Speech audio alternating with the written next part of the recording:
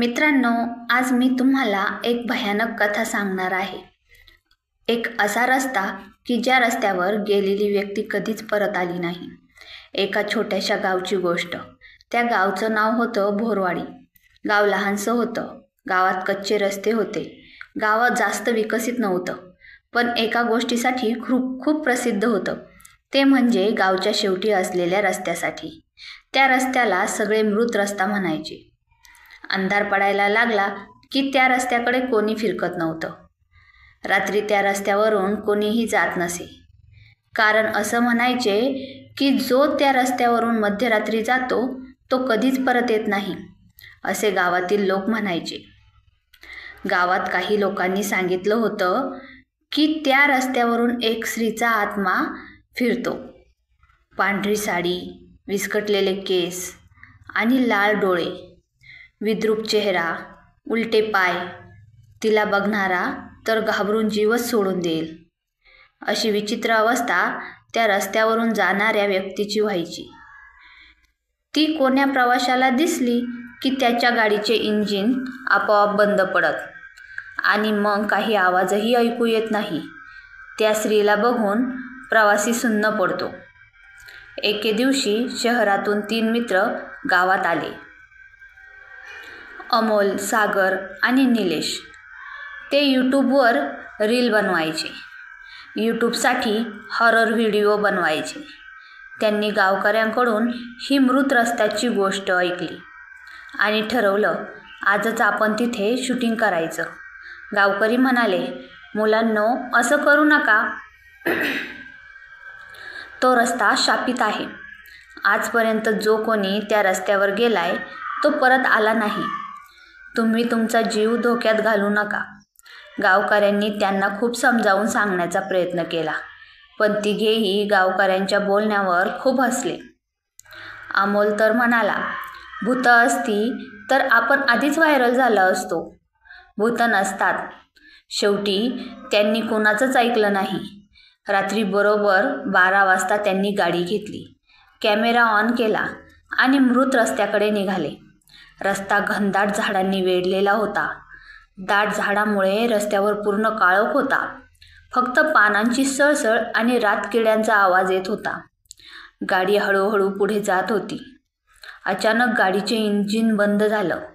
Light गेले, पण camera recording करतच होता. सागर म्हणाला, अरे काय झालं? अमोल म्हणाला, बॅटरी संपली बहुतेक. तेवढ्यात गाडीसमोर काहीतरी पांढरं हललं. निलेशने टॉर्चचा प्रकाश तिकडे वळवला. एक स्त्री उभी होती. पांढऱ्या साडीमध्ये, केस विखुरलेले होते. पण सर्वात भयानक गोष्ट म्हणजे तिचे पाय उलटे होते. ती हळूहळू गाडीच्या जवळ आली. तिचे डोळे लाल चमकत होते. ती काचीजवळ आली आणि थरारणाऱ्या आवाजात म्हणाली, माझं सत्य कुणालाच माहीत नाही. क्षणभर सगळं थांबलं. वारा वाढला. गाडीच्या भोवती धुकं झालं आणि क्षणात ती स्त्री गायब झाली. गाडीचे लाईट पुन्हा लागले. गाडीचे इंजिनही चालू झालं व ते तिघे घाबरून गावाकडे पळाले. गावात पोचल्यावर श्वास सावरत त्यांनी तिथे असलेल्या एका वृद्ध माणसाला विचारले, ही बाई कोण होती? तो वृद्ध म्हणाला, त्या रस्त्यावर एकेकाळी एका बाईचा अपघात झाला होता. जोरदार पाऊस चालू होता. पावसामुळे तिथे लोक आले नाही. ती स्त्री तिथेच मरण पावली, पण तिचं शरीर कधी सापडलं नाही.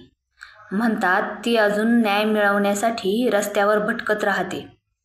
ते तिघे म्हणाले, चला, काही नाही, सकाळी कॅमेरा पाहूया. आता आपण आपला जीव वाचवून निघून जाऊ. सकाळी बघूयात काय करायचं ते. सकाळ झाली. अमोलने कॅमेरा चालू केला. व्हिडिओमध्ये सगळं दिसत होतं. रस्ता, धुकं, गाडी बंद होणं, पण शेवटच्या क्षणी एक फ्रेममध्ये दिसली ती पांढरी साडी घातलेली बाई. त्यांच्या मागे गाडीत बसलेली होती आणि तिचा आवाज ऐकू आला, तुम्ही माझं सत्य दाखवणार ना? तेव्हापासून तिन्ही मित्रांपैकी कोणीच दिसले नाही. गावकऱ्यांनी त्या तिघांचाही खूप शोध घेतला, पण गावकऱ्यांना फक्त गाडी सापडली, त्यांची गाडी मृत रस्त्याच्या शेवटी उभी होती. इंजिन चालू, पण आत कोणी नव्हतं. त्यातील एक जणाचा मोबाईल चालूच होता. मोबाईलमध्ये एकच व्हिडिओ प्ले होत होता. तीच बाई हसत कॅमेऱ्याकडे पाहत म्हणत होती की माझं सत्य कोणालाच माहीत नाही. त्या दिवसानंतर कोणीही त्या रस्त्यावरून मध्यरात्री गेलं नाही. आणि आजही रात्री वारा सुटला की लोक म्हणतात, कोणीतरी मृत रस्त्यावर परत यायचा प्रयत्न करतोय.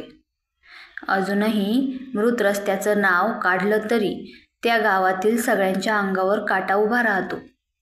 त्या गावातील लोक त्या रस्त्याकडे जात नाही व कोणाला तिकडे जाऊही देत नाही.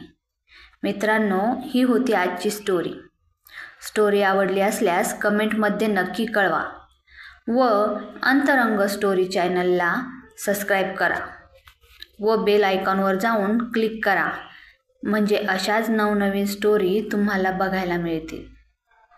धन्यवाद.